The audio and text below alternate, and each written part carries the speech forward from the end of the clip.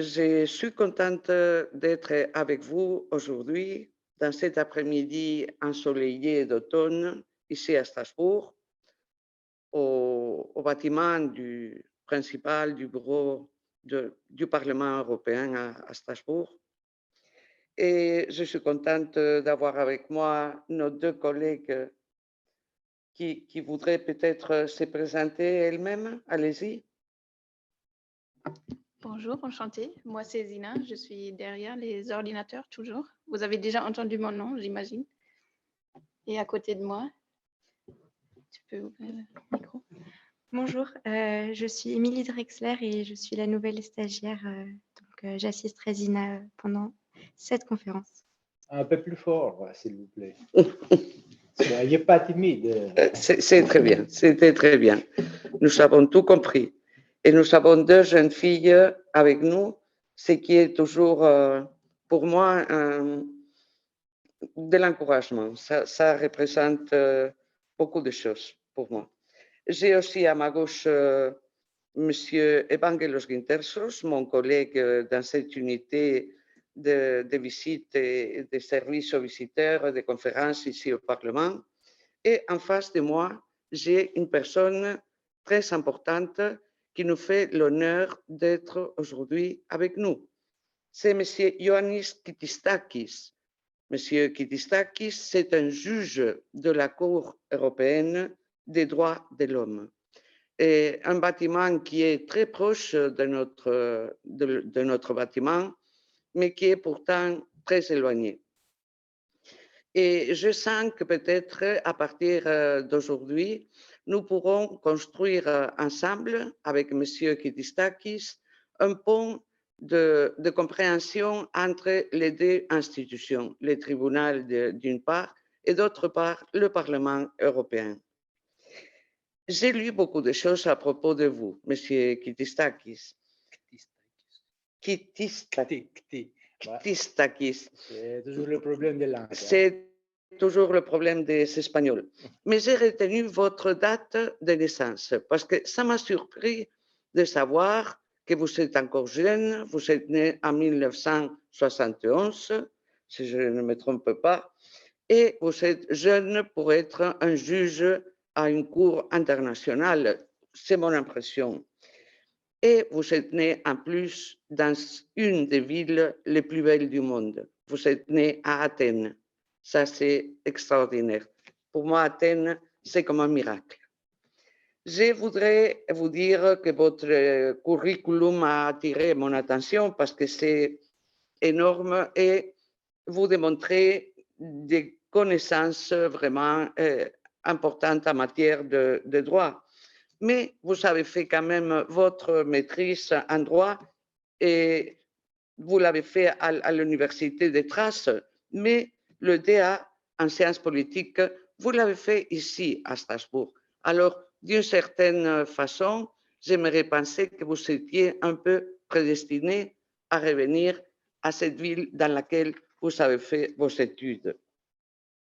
Vous avez eu votre doctorat à l'université d'Athènes et là, vous parliez déjà de la Convention européenne des droits de l'homme et vous avez été membre du bureau exécutif de l'Observatoire européen des phénomènes racistes et xénophobes, un sujet qui est très important pour nous. Nous lui avons dédié une conférence avec le président de la commission LIBE au Parlement européen, Juan Fernando López Aguilar, mais vous avez aussi formé part du comité pour la promotion de l'égalité. C'est-à-dire que l'égalité est quelque chose, je suppose, qui vous tient à cœur. Et les droits de l'homme ont toujours été au cœur de vos travaux en tant que juriste. C'est pourquoi nous nous sentons très honorés de compter sur votre présence et nous vous remercions beaucoup, énormément de nous consacrer le temps de cette conférence. Et j'ose espérer que ce sera la première, mais pas la dernière occasion de vous avoir chez nous. Merci beaucoup. Une fois cette introduction, que j'espère que ce n'était pas très longue, je passe la parole à mon collègue Evangelos Gintersos qui va continuer dans sa lancée. Allez-y. Merci beaucoup, Rosa. Je n'ai rien à dire de plus parce qu'elle a tout dit pratiquement, parce que je connais M. Christakis, effectivement, son curriculum vitae est énorme et nous pourrions passer toute l'heure ici pour l'énumérer. Mais moi, je ne ferai pas ça par question de temps et parce que je suis modérateur de cette heure que nous avons passée ensemble. Et rien que pour ça, avant, j'aimerais les remercier aussi quand même.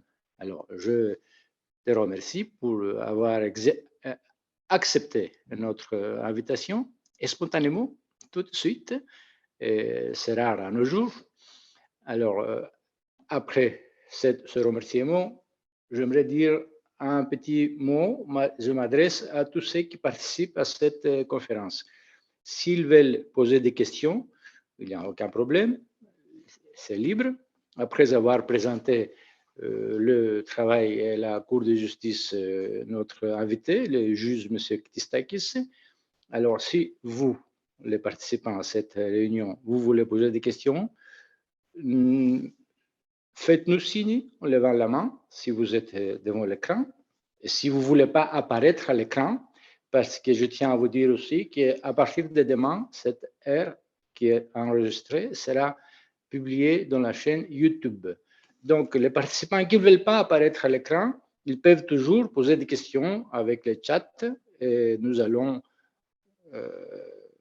transmettre les questions à notre invité. Si possible, ne dépassez pas la minute, s'il vous plaît, parce que je sais qu'on on a tous envie de parler un peu plus. Alors, ne dépassez pas une minute la question. Et j'invite aussi à notre invité, à notre juge, de ne pas dépasser 3 minutes non plus de réponses. Mais, comme je dis souvent, nous ne sommes pas ici sur un plateau de télévision, donc nous n'avons pas de réclames à passer, de publicité, on appelle ça aujourd'hui. Alors, ne vous inquiétez pas, nous allons, j'espère, passer une agréable heure avec notre invité, à qui je donne la parole tout de suite. À toi, Yanis. Merci Vangelis. Je vous remercie pour l'invitation. C'est un grand honneur pour moi de venir ici au Parlement parce que à l'époque, quand j'ai fait mes études à Strasbourg, j'étais employé temporaire au Parlement européen pendant les sessions plénières. Alors, mon premier boulot comme employé était ici. Et après, je fais mon stage aussi à la Commission européenne à Bruxelles. Et alors, mes liens avec le Parlement européen et les institutions européennes il y a une histoire de 30 ans maintenant que j'ai un parcours parallèle avec les institutions européennes, je peux dire, mon parcours personnel. C'est le bon moment que un juge européen se présente devant vous parce que ça fait quelques jours qu'on a élu notre nouvelle présidente à la Cour européenne des droits de l'homme, Madame O'Leary, qui a fait aussi son parcours à la Cour de justice de l'Union européenne avant de venir ici, avant d'être élu ici comme juge de la Cour européenne des droits de l'homme. Alors, les relations personnelles, mais aussi les relations, si je peux dire, institutionnelles, sont très renforcées les dernières années entre la Cour européenne des droits de l'homme, la Cour de justice à Luxembourg et aussi avec les institutions de l'Union européenne. Et il n'y a pas mal de fois qu'on fait référence aux actes de l'Union européenne, les directives, les règlements ou la jurisprudence de la Cour de Luxembourg. Alors, la Cour européenne des droits de l'homme a été instituée en 1959. Et c'est une institution, c'est une juridiction internationale compétente pour statuer sur les requêtes individuelles ou étatiques à l'égard de violations des droits civils et politiques par les droits sociaux, économiques et culturels énoncés par la Convention européenne des droits de l'homme. Alors, la Cour a été prévue par la Convention européenne des droits de l'homme, une convention internationale qui a été signée en 1950 à Rome dans le cadre du Conseil de l'Europe, qui est l'institution internationale qui a fait tous ces efforts sur les droits de l'homme pas mal des années maintenant. Il y a presque 72 années du Conseil de l'Europe sur le domaine des droits de l'homme. Est-ce que la Cour européenne des droits de l'homme est la seule Cour des droits de l'homme? Non, c'est la seule Cour européenne, mais il y a des autres cours sur les droits de l'homme, cours internationales, mais en même temps régionales, parce qu'elles sont compétentes pour leurs régions respectives. C'est la Cour interaméricaine des droits de l'homme des années 60 et la Cour africaine des droits de l'homme et du peuple les dernières années. Tous les deux autres cours régionales sur les droits de l'homme, sur la protection des droits de l'homme, ont été établis sur le modèle de la Cour européenne des droits de l'homme. Alors, la Cour européenne des droits de l'homme est un modèle à exporter, si je peux dire, dans les autres régions. J'ai déjà mentionné que la Cour a été instituée en 1959. C'est la première année que la Cour a commencé ses travaux ici à Strasbourg.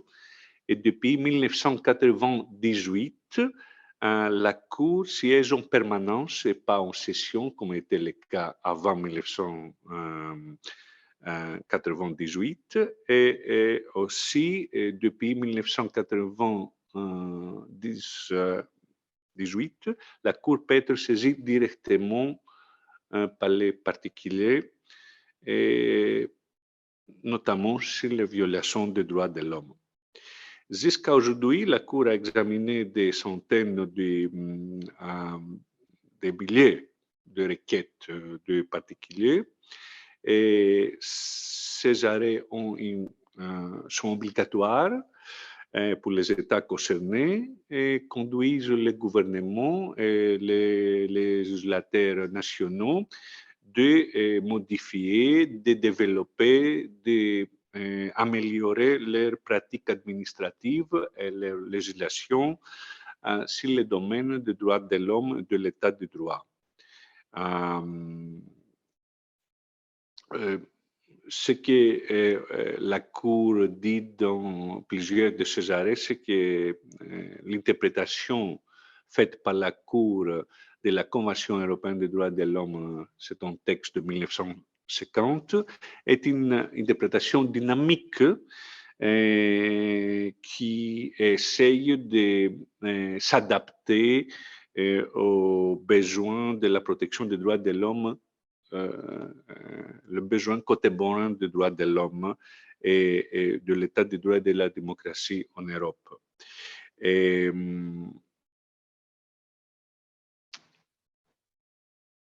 La Cour a présenté dès les années 50 trois caractéristiques qui étaient, même à l'époque, jusqu'à aujourd'hui, révolutionnaires pour les juridictions internationales. La première caractéristique, c'est celui que j'ai déjà mentionné, l'accès direct de particuliers sur une juridiction internationale. Comme peut-être vous le savez, la Cour internationale de La Haye, qui est la cour la plus ancienne en force aujourd'hui, les particuliers n'ont pas d'accès là-bas, seulement les États, ni même les organisations nationales. Ça, c'est la première caractéristique. La deuxième caractéristique, c'est la nationalité des particuliers.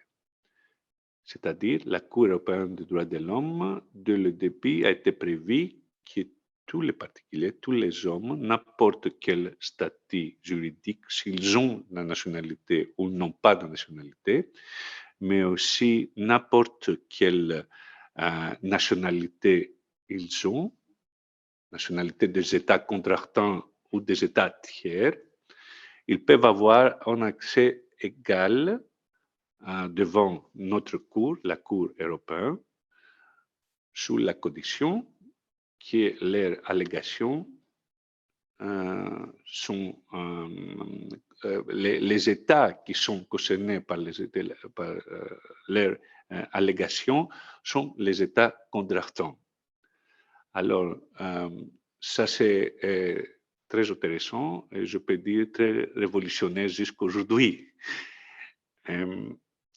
Et finalement, il y a une troisième caractéristique qui a été prévue dès le début. Yanis, excuse-moi, je t'interrompre, mais là, je suis interloqué parce que tu es en train de parler de la possibilité des particuliers à saisir la Cour, n'importe quelle nationalité, mais ça devrait être une charge énorme pour la Cour. Ah oui, oui, oui. Oui, oui. Vous continuez, mais oui, mais oui, je viens dans ce point. Et le troisième caractéristique, c'est la caractéristique de la responsabilité des États contractants.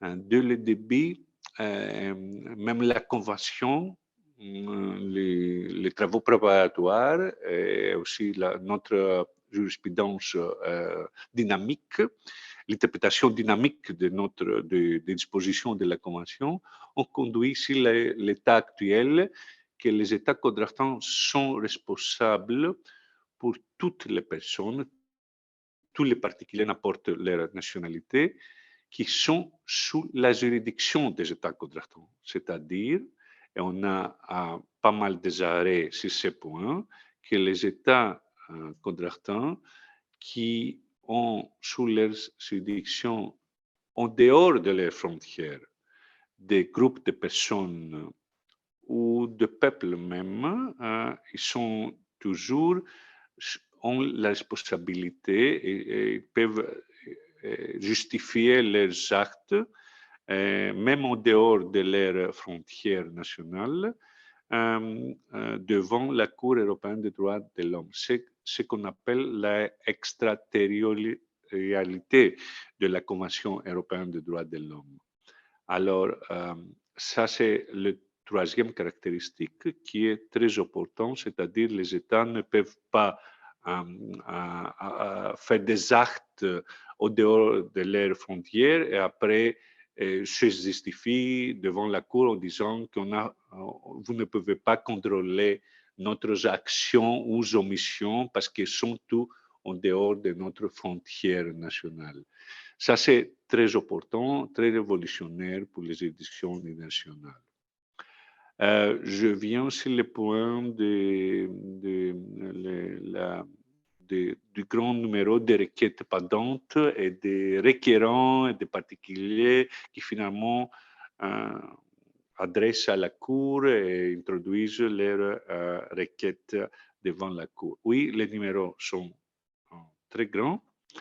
On a fait beaucoup d'efforts, pas mal des années, principalement les 15 dernières années, avec des améliorations sur l'organisation et aussi sur le système de la Convention pour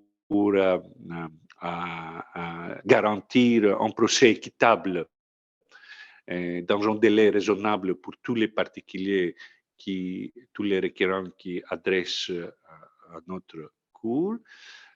Il y a des résultats, mais il faut continuer nos efforts, renforcer notre activité sur ce point.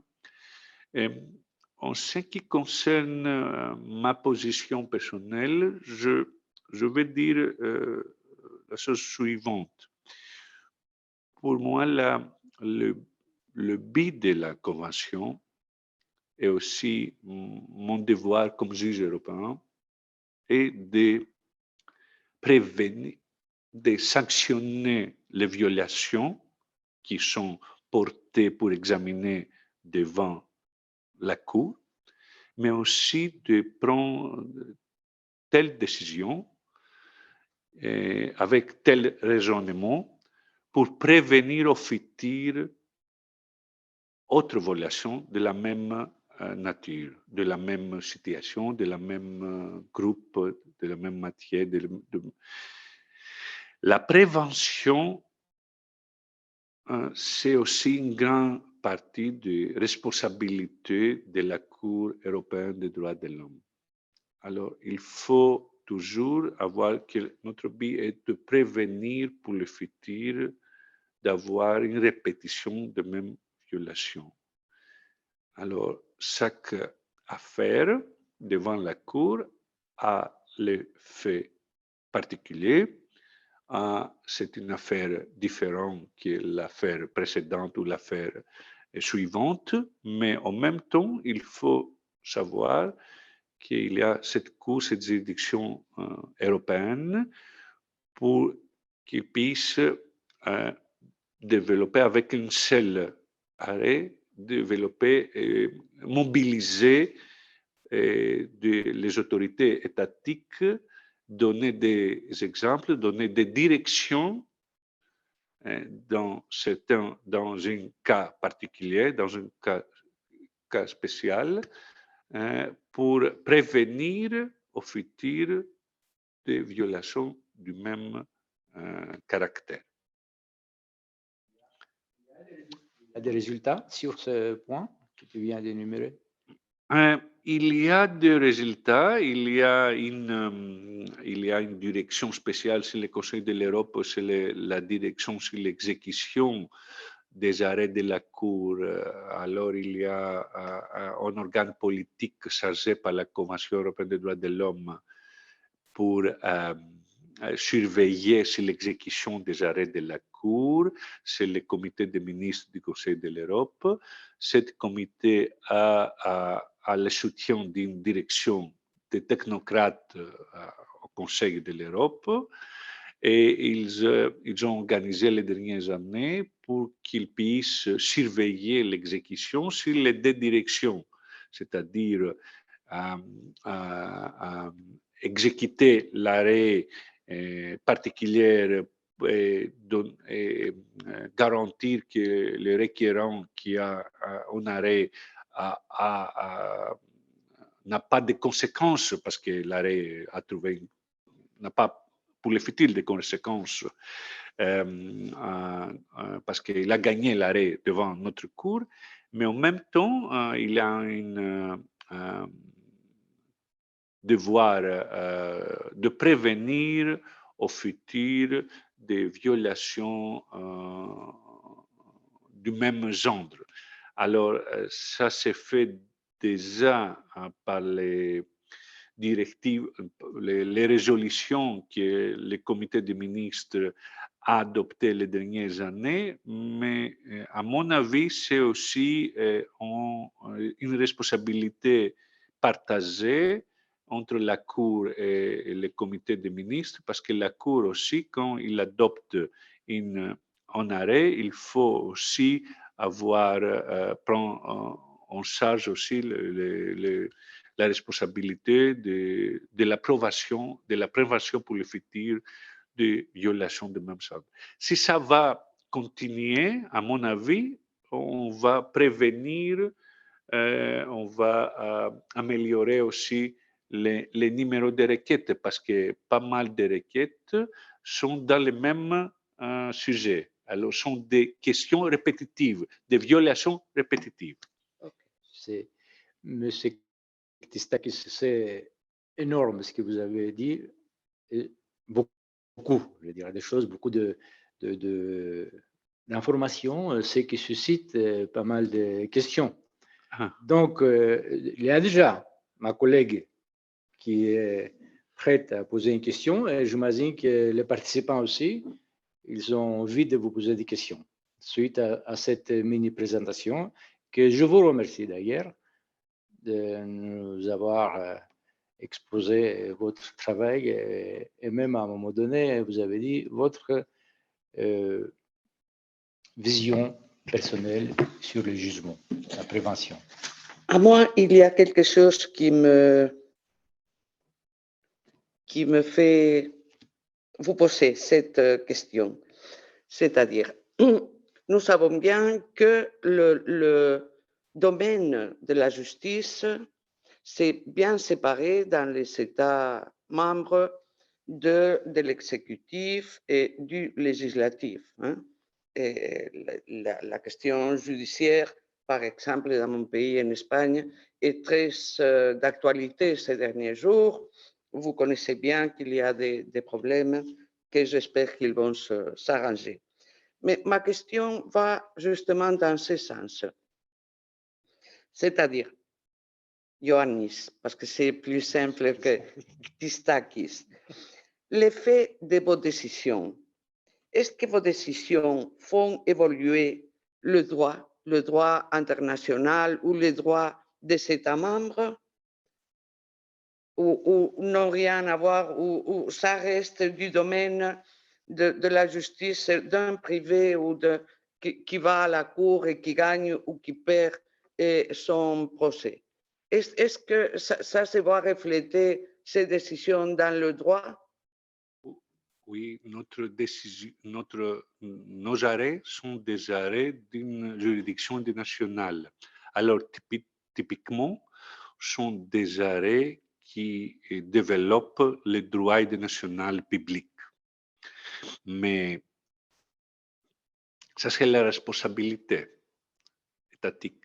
C'est-à-dire, nous sommes une juridiction nationale qui examine s'il y a une responsabilité nationale de chaque État contractant. C'est-à-dire si les États contractants ou l'État défendeur, dans un cas particulier, dans une affaire particulière, l'État défendeur a respecté les engagements qu'il a pris en 1950, qu'il a ratifié une convention internationale, la Convention européenne des droits de l'homme.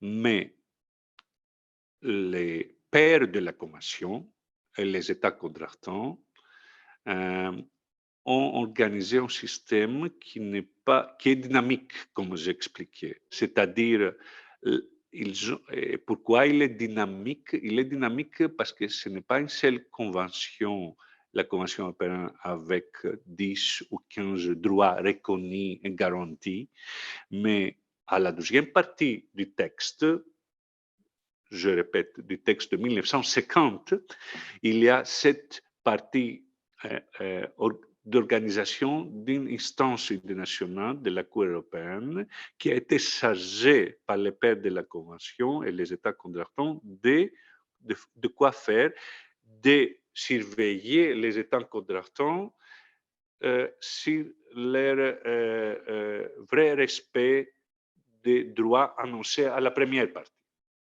Alors, en faisant ça toutes les années, la Cour fallait entrer dans le droit national, dans les pratiques administratives, même examiner les constitutions nationales. Parce que quand l'État a pris une responsabilité par... Est-ce qu'il y a un exemple sur cette intervention de la Cour dans la Constitution nationale? Oui, il y a l'exemple grec. Parmi 3 ou 4, il y a un exemple grec. La Grèce a amendé sa constitution en 2001. Et la constitution à l'époque a prévu un conflit absolu pour les députés du Parlement grec d'exercer leur profession durant leur mandat. Et ça, ce conflit était absolu. la Cour a dit que, ici, la Cour européenne, dans une fameuse affaire Lycouraisos contre Grèce, a dit que ça, c'était contraire à la Convention. Et après, en 2007, la Grèce a amendé à nouveau sa constitution en accord avec l'arrêt de la Cour européenne. Et quelques années auparavant, c'était la question de la constitution d'Irlande sur l'avortement et la question d'interdiction totale et absolue d'avortement. Alors, la Cour ne peut pas exercer son rôle de surveillance des États contractants sur la liste des droits énoncés à la première partie de la Convention. Il n'a pas une autre méthode que de travailler et visiter, revisiter la législation nationale et aussi la jurisprudence nationale et voir s'il y a une contradiction avec sa jurisprudence ou avec les dispositions de la Convention elle-même. Alors, le contrôle de chaque instance internationale, de chaque juridiction internationale, c'est au contrôle de toutes les responsabilités étatiques, n'importe quel pouvoir exécutif, pouvoir législatif ou pouvoir juridictionnel au niveau national. On a une responsabilité de contrôler n'importe quel les trois pouvoirs nationaux. OK, merci. Merci beaucoup. Et je voudrais vous assailler d'une deuxième question.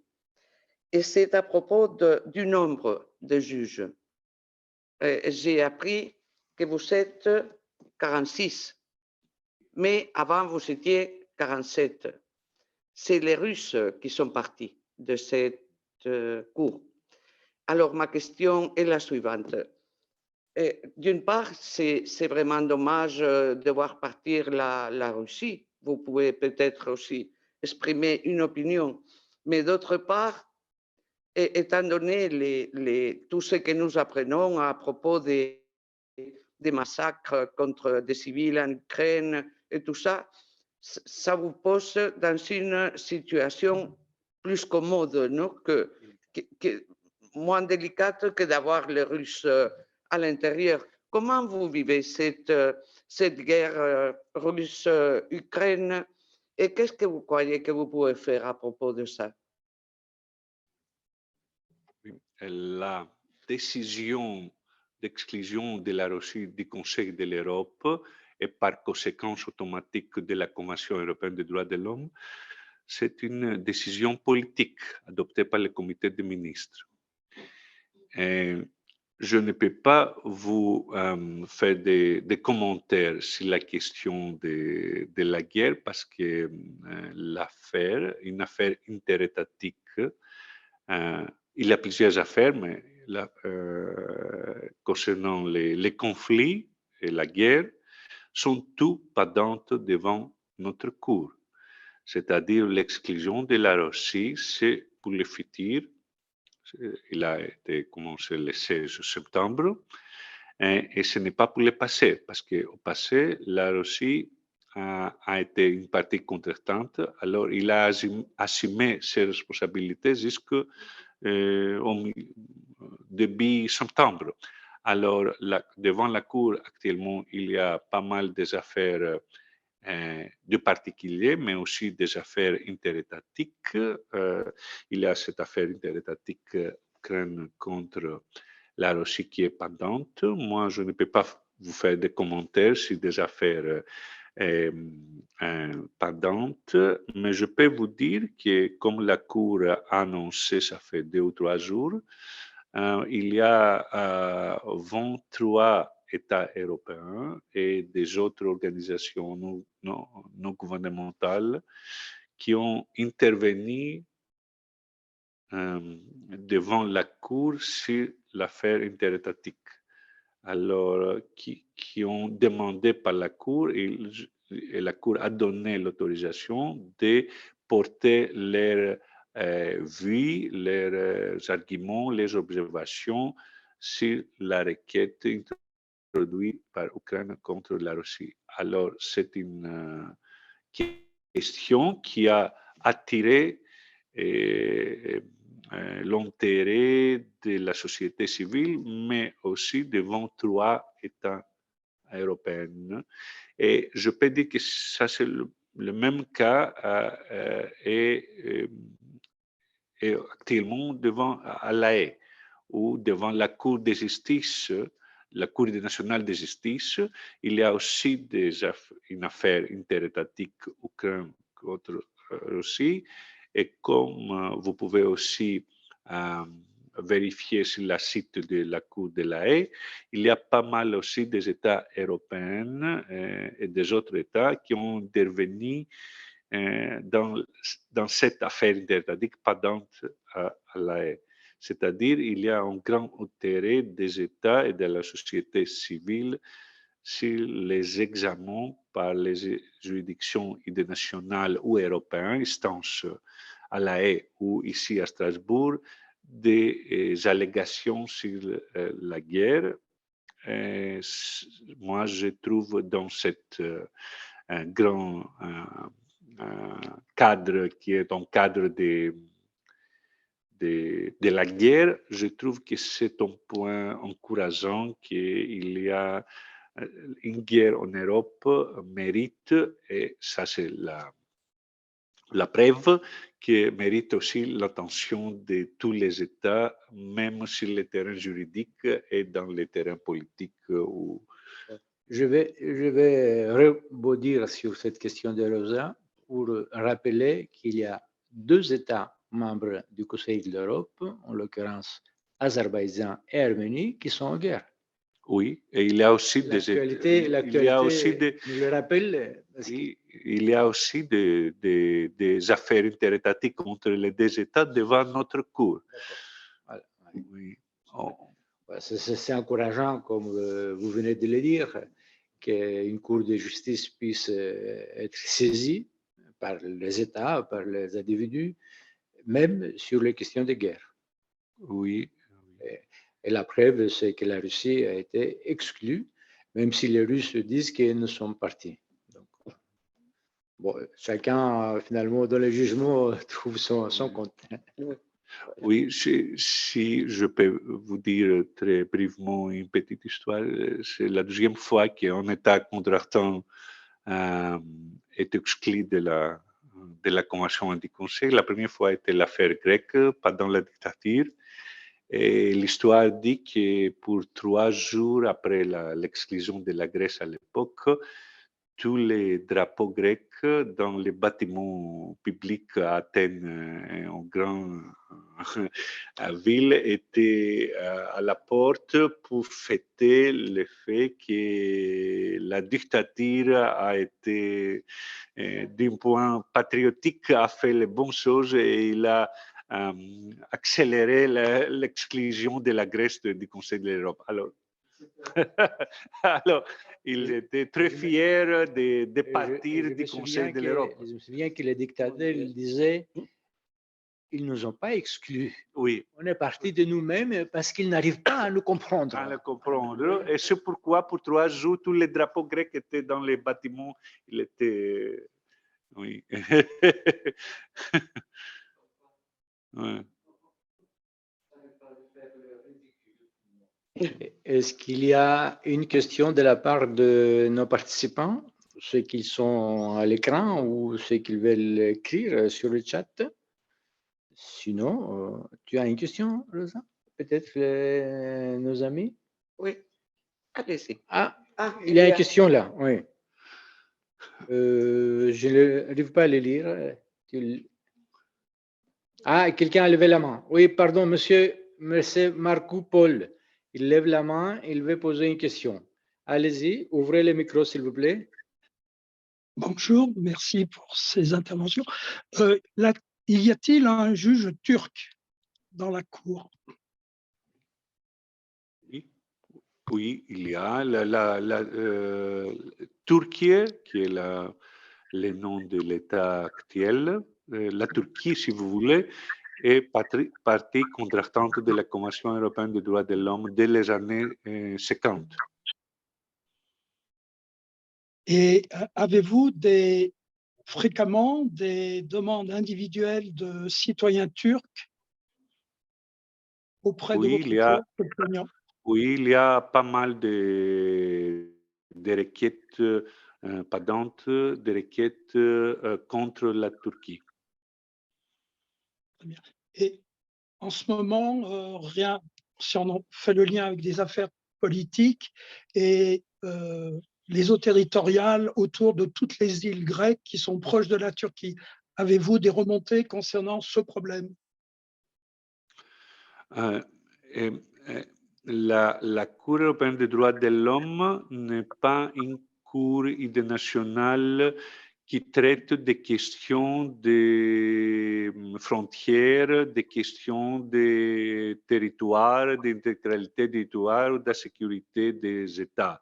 Ça, c'est la fonction principale, je peux dire la fonction unique, la compétence unique de la Cour internationale de la Haye.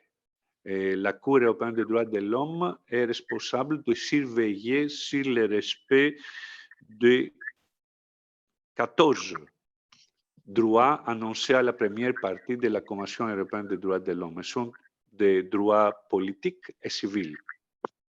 Je dois rappeler à notre auditoire que notre invité est un juge. Ce n'est pas un homme politique pour prendre des positions sur des affaires politiques entre les États. Donc, en tant que juge, si j'ai bien compris comment ça fonctionne la Cour, il est peut-être nommé par un gouvernement, en l'occurrence le gouvernement grec, ou le gouvernement turc nomme les juges turcs, ou chaque pays, mais quand ils prennent leurs fonctions, vous allez me mentir si je me trompe, quand vous prenez vos fonctions, vous êtes impartial. Vous ne représentez pas votre État. Vous représentez la Cour. Non, non, pas du tout. Nous ne sommes pas nommés, nous sommes élus par l'Assemblée parlementaire du Conseil de l'Europe, qui, comme vous le savez, l'Assemblée parlementaire est composée par les équipes nationaux de 46 États et l'équipe nationale des parlementaires qui sont en même temps parlementaires dans les propres pays, qui viennent de parlements nationaux. Alors, par exemple, je peux vous donner un exemple que les membres de l'Assemblée parlementaire sont 324. Et parmi ces 324 membres, seulement 7 sont les membres, les parlementaires qui viennent du Parlement grec. Alors, l'Assemblée parlementaire, et ça se multiplie par rapport à la population de chaque État. Alors, chaque fois qu'il y a une question de l'élection d'un nouveau juge national, c'est l'Assemblée parlementaire qui contrôle les candidatures, qui fait aussi qui organise des interviews, et c'est l'Assemblée parlementaire qui vote pour l'élection du nouveau juge national. Et moi, alors, j'ai été élu par l'Assemblée parlementaire du Conseil de l'Europe, et aussi j'ai pris mes fonctions avec la responsabilité et la garantie d'exercer mes fonctions de toute intégralité et de toute indépendance de n'importe quel pouvoir. Ce que je voulais préciser, effectivement. Très bien, vous l'avez précisé mieux que moi. Alors, une autre question parmi les... Oui. Oui. Je peux? Oui. Oui, parce qu'à moi, l'aspect humain m'intéresse aussi.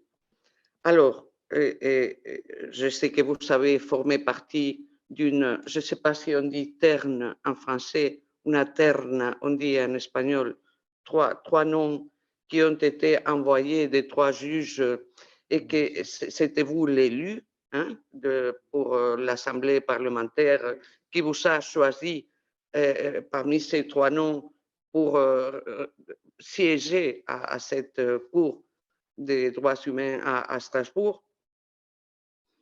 Mais maintenant, vous êtes à Strasbourg et j'ai vu qu'il y avait, disons, je ne sais pas si exactement une obligation, mais quand même, on vous posait la question si vous étiez en disposition de résider de manière stable dans cette ville.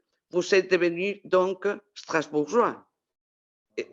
Oui, c'est la convention qui prévoit que la Cour siège en permanence et nous avons notre résidence permanente ici. Il y a quelques juges qui ne peuvent pas porter toute leur famille ici parce qu'ils ont des enfants, on n'a pas des enfants, ils ont des enfants qui sont âgés, qui sont à l'université.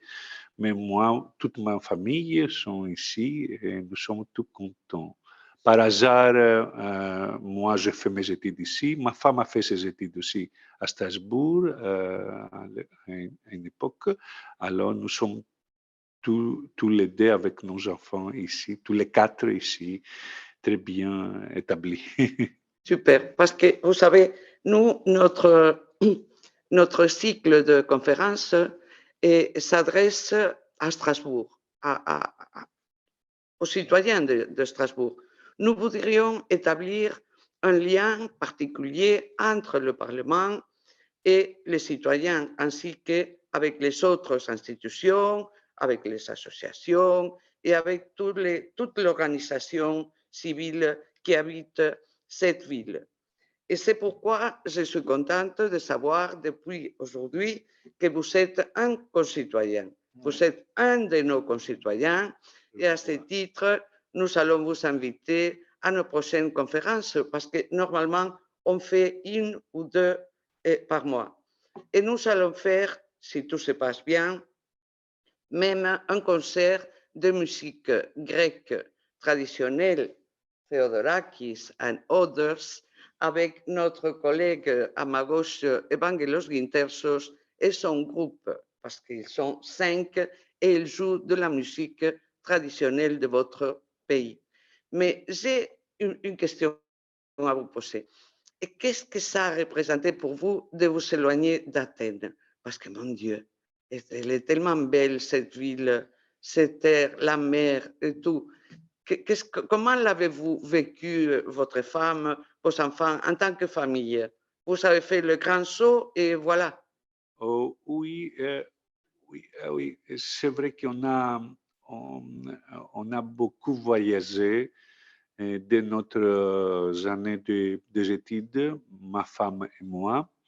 Et après notre mariage, on a aussi beaucoup voyagé, au premier temps sans les enfants, après avec les enfants dans différents pays. Et aussi, on a resté en Grèce pas mal des années avec les enfants. Mais et Strasbourg, pour nous, ce n'est pas loin d'Athènes. Pourquoi? Parce que nous sommes au centre de l'Europe, alors oui, il n'y a pas de vol direct de Strasbourg chaque jour pour Athènes, mais nous ne sommes pas dans une autre région, nous ne sommes pas en Amérique ou en Angleterre. Alors, il y a 2 heures et demie du vol. Ça, c'est le cas pratique. Mais le plus important, c'est que même à Athènes, je peux dire que toute la famille a été consacrée d'un point ou d'autre à la protection des droits de l'homme. Moi, j'étais un prof sur la protection des droits de l'homme à la faculté des droits des traces. Ma femme a beaucoup travaillé sur le droit des réfugiés en coopération avec les Nations Unies, mais toujours basée à Athènes. Et alors, pour nous, on n'a pas changé le terrain. Le terrain était et est toujours le terrain de la protection des droits de l'homme. nous sommes consacrés dans ça. Alors, le changement de place ici d'Athènes à Strasbourg, de Strasbourg à Athènes. Excuse-moi de t'interrompre sur cette question Strasbourg-Athènes. Il y a 3 mains qui sont levées, donc nous avons 10 minutes encore pour poser des questions. Donc, je choisis parmi les 3 celui qui me plaît, le nom, je vais dire, Audrey Plein. Alors, posez la question, Audrey.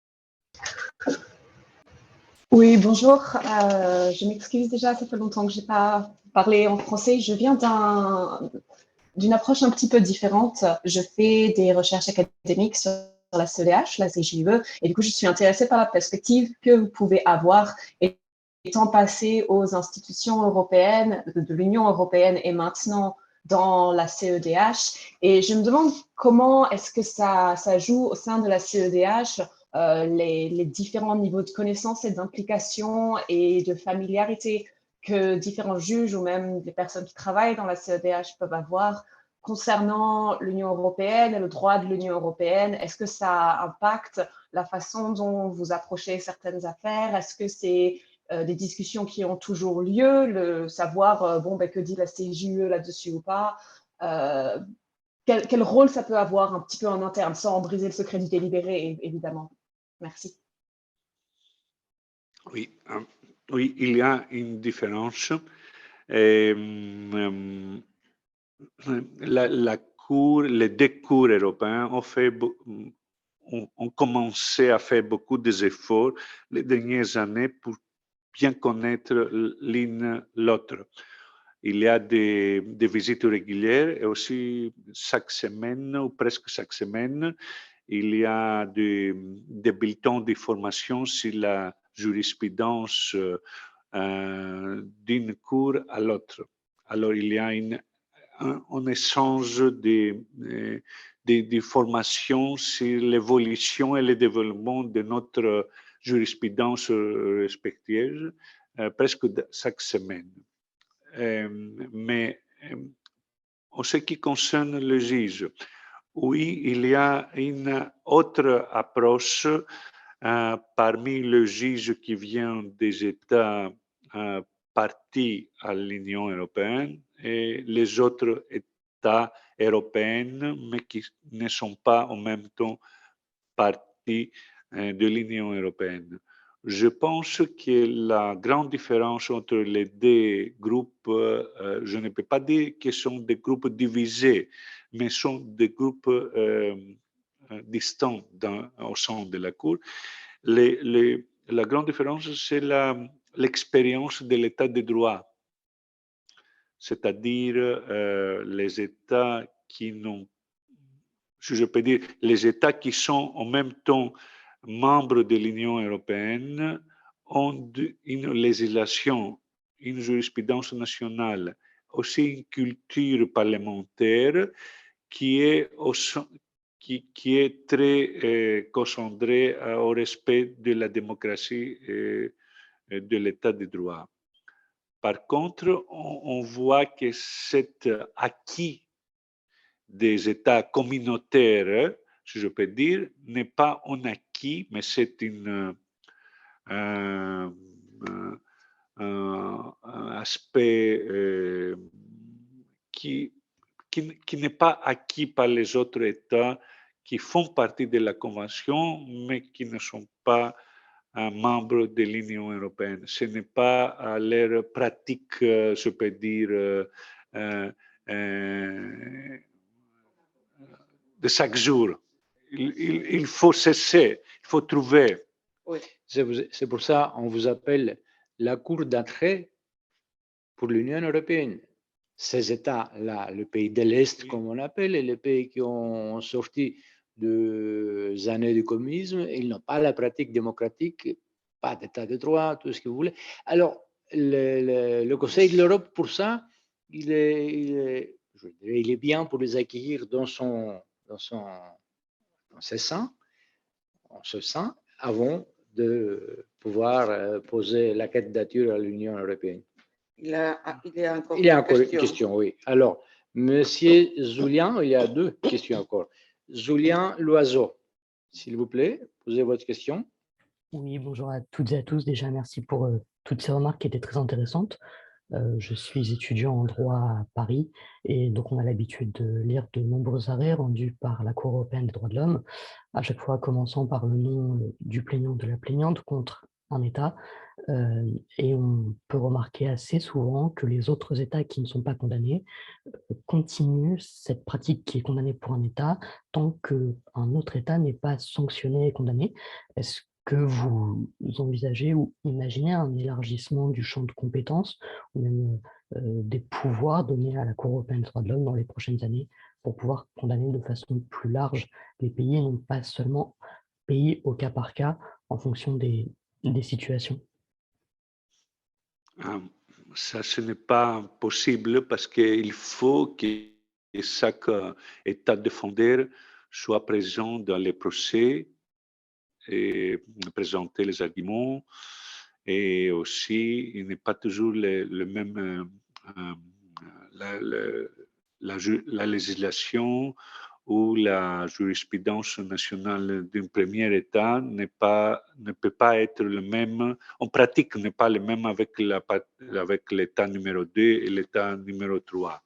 Ce qu'on fait, c'est qu'il y a pas mal d'arrêts qui sont portés dans la grande chambre, les grandes chambres de la Cour, c'est-à-dire en plénière, si je peux dire, pour avoir l'autorité de la chose jugée sur la plus haute niveau et par cette fait de pouvoir influencer la législation et la jurisprudence des autres États qui n'étaient pas des États partis au procès devant notre Cour. Mais on ne peut pas envisager automatiquement cette obligation des États qui ne font pas partie à un procès particulier et de respecter autant que tel notre constat sur la violation d'un tel ou tel droit sur une affaire particulière. D'accord. Et est-ce qu'en tant que juge, vous estimez que vos pouvoirs sont actuellement déjà suffisamment importants? Ça, c'est une question un peu plus personnelle. Est-ce que vous pouvez répéter, s'il vous plaît, parce que je Bien sûr, bien sûr. Est-ce qu'en tant que juge actuellement, vous estimez que vos pouvoirs sont à la hauteur de tout ce que vous souhaitez défendre et toutes les causes que vous souhaitez? Non, je ne peux pas dire ça. Je peux dire que j'ai tout... dans la Cour, nous avons toutes les conditions minimales objectives pour que nous exercions notre fonction comme la Convention nous a assigné, et le père de la Convention nous a assigné à la Cour européenne des droits de l'homme. C'est ça, c'est toujours, à mon avis, c'est toujours le raisonnement de notre arrêt qui confirme si nous avons fait un bon travail. Je vous remercie. Merci beaucoup, M. Christakis. Il y a encore une question. C'est peut-être la dernière parce que nous approchons l'heure de notre conférence. Simon Nadir, posez la question s'il vous plaît. Simon. Oui, bonjour, je m'appelle Simon Nadir, je vous assiste depuis Stockholm. Je me demande, il y a maintenant, en raison d'interruption des services postaux internationaux avec la Russie, comment il fait ou bien comment, s'il y a des solutions pour notifier les récurrents des décisions des arrêts du tribunal. Oui, la Cour a établi un système électronique de correspondance avec les requérants et tous sont organisés, ça fait quelques années maintenant, tous sont organisés du voix électronique et pas du voix traditionnelle. Alors, il n'a pas d'interruption de correspondance avec les requérants russes ou autres requérants. Tous sont faits par Internet, si je peux dire. Merci beaucoup, Simon. Merci beaucoup. Merci. Merci beaucoup. Et bonne continuation à Stockholm. Oui, alors, moi, j'avais plein de questions. Pas beaucoup de questions, mais je peux les poser en privé. Mais avant de terminer et avant de vous remercier, monsieur le juge grec à la Cour européenne des droits de l'homme, j'aimerais juste rappeler, parce que ma collègue Rosa a dit tout à l'heure, ouais, c'est difficile pour vous de venir d'Athènes à Strasbourg. Non, pas du tout, parce qu'avant de venir ici, je sais qu'il est allé ailleurs, notamment à Washington. Vous allez me dire, mais qu'est-ce qu'il est allé faire aux États-Unis? Enseigner le droit, invité par l'université de George Washington. Ça, c'est un fait. Mais il est allé aussi à Istanbul, invité par l'université des sciences politiques d'Istanbul. Et juste pour clôturer, parce que ça sera une énorme discussion, il était en même temps conseiller juridique du patriarche Bartholoméos. Pour ceux qui ne connaissent pas ce que c'est le patriarche œcuménique de l'Église orthodoxe, c'est l'équivalent, ou si vous voulez, un homme aussi important que le pape pour les catholiques. Voilà, tout ça, nous n'avons pas eu le temps de les énumérer, je les fais vite fait. En vous remerciant, on vous souhaite une bonne soirée à vous, monsieur le juge, et à tous les participants à cette conférence. Merci beaucoup et bonsoir. Je me joins au remerciement de mon collègue Evangelos Gintersos et je voudrais vous dire que votre conférence a été très intéressante et que je trouve que ça a été de votre part une grande attention envers nous et envers notre Parlement européen. Je voudrais aussi vous dire à vous ainsi qu'à toutes les personnes qui nous ont suivis cet après-midi que demain, vous pouvez regarder votre conférence sur YouTube et que nous, on va se charger de vous envoyer le lien pour que vous puissiez la regarder tranquillement, en famille, avec des amis ou peut-être avec vos collègues de la Cour. Nous sommes ici à votre disposition et j'espère que vous vous êtes sentis à l'aise parce que ça, pour nous, c'est le plus important. Merci. Merci beaucoup pour l'invitation. On se rencontrera au concert musical.